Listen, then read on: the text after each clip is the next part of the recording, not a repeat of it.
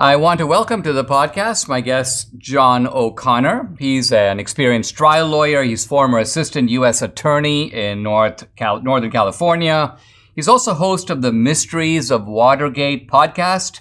You can follow him on social media at Twitter. It's at the John D. O'Connor, or his website is just postgatebook.com. John, welcome to the podcast. Great to have you. I want to start, you're an expert on Watergate, and I want to start by just asking you, as someone who's sort of been through all that and then seen the scandals of the last several years, looking back, does Watergate appear to be almost, small potatoes, no big deal compared to the kind of stuff that we're dealing with now? Oh, very much so. I wrote a book called Postgate, Dinesh, in which I talked about how this was a journalistically impelled scandal.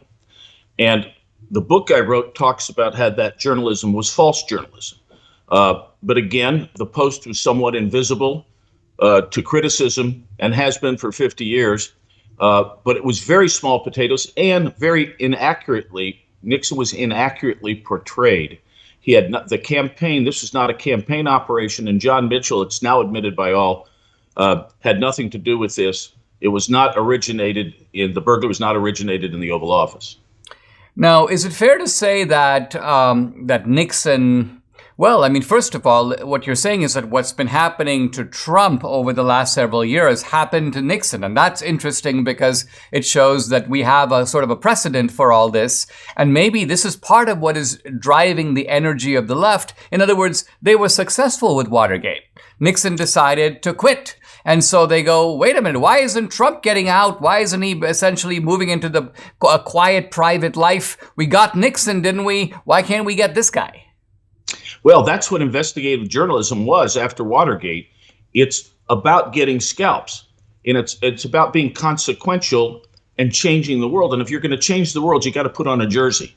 So most people that go into investigative journalism come in from the left. People who take the business curriculum or Western history don't go usually into journalism. And so that's what we have. And we have social media now and more local radio talk shows. However, the mainstream media is still acting as the Washington Post did. And I'll give you one little bit here. A dean of a major journalism school told one of his graduate students when Trump came into office, "We're going to Watergate him." I've been talking to other journalists, we're going to Watergate him. And that's exactly what they tried to do for 4 years. And to some extent, it worked. To some extent, it worked. Let's talk about Biden. What struck me as interesting is that the moment that the classified documents, when the news came out, and it's an interesting question how that news came out in the first place, because I'm sure this was not something that was happily and voluntarily put forward. They must have put it out as damage control of some sort. But the moment it came out, the immediate media reaction was, well, this is a very different situation from the raid on Mar-a-Lago and the classified documents over there. So let's talk a little bit about your take on the Biden classified document scandal and what it means. Well, first of all, what Biden did bespeaks intentionality, and it also is clearly concealment. Everyone in the world knew that Trump had backed up moving vans to the White House on January 18th, reported on CBS, CNN. He was not trying to get away with anything.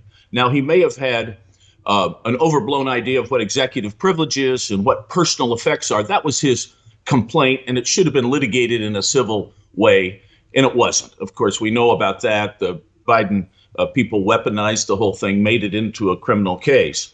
But to say, and so all the comparisons are favorable to Biden, whereas what he did was, number one, he stole government property. There's no doubt about it. You take boxes and you don't report them, you're stealing property.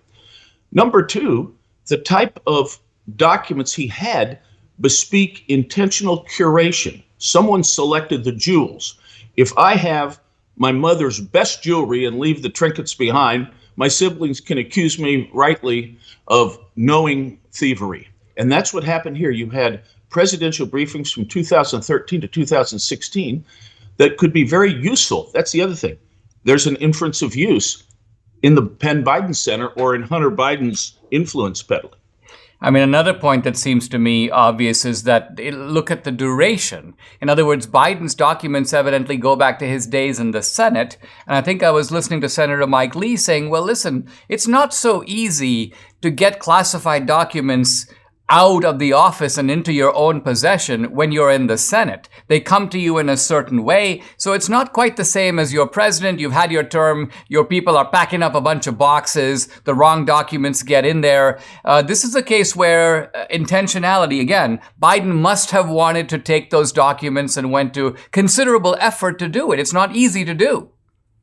Right. And the Penn Biden Center was not begun until 11 or 12 months after his term ended. And so someone had to select those documents that were to be brought to the Penn Biden Center. So you're not just bringing any trash you've got. You're not bringing old copies of the New Yorker over there. You're bringing things that you think are useful in that center. So once again, it's not only intentional when he takes them, but it's also intentional when he moves them around. And further, Dinesh, he's dividing them up in some way. Some documents are going to Rehoboth Beach, some are going to his house in Wilmington, whatever. So there certainly looks like use, curation, and use. And we have also an example of Hunter Biden basically giving an email that is almost a repeat of a classified document when he is pitching Ukraine, the Burisma people in Ukraine. In 2014, he gives this assessment of the drilling activities off of Crimea, the effect of Russian actions, and the effect of possible U.S. sanctions. But he does it in a way that makes it clear that it is not Hunter Biden who is an expert. He is copying something. He is not trying to audition as the world's expert in foreign policy. He is auditioning as a person who has access to classified documents. So there is intentionality in letting people know that he had a classified document. You could only read that email as such and say, okay, we're getting something. This guy is really connected. He can get us the highest jewels of intelligence. And so who knows what he's getting as his dad's in office. I mean, the thing about that is that takes it to a whole new level, because now not only do you have the intentionality, but you have the evident desire to convert what you have into cash. Let's take a pause. When we come back, we'll pick this right up with John O'Connor.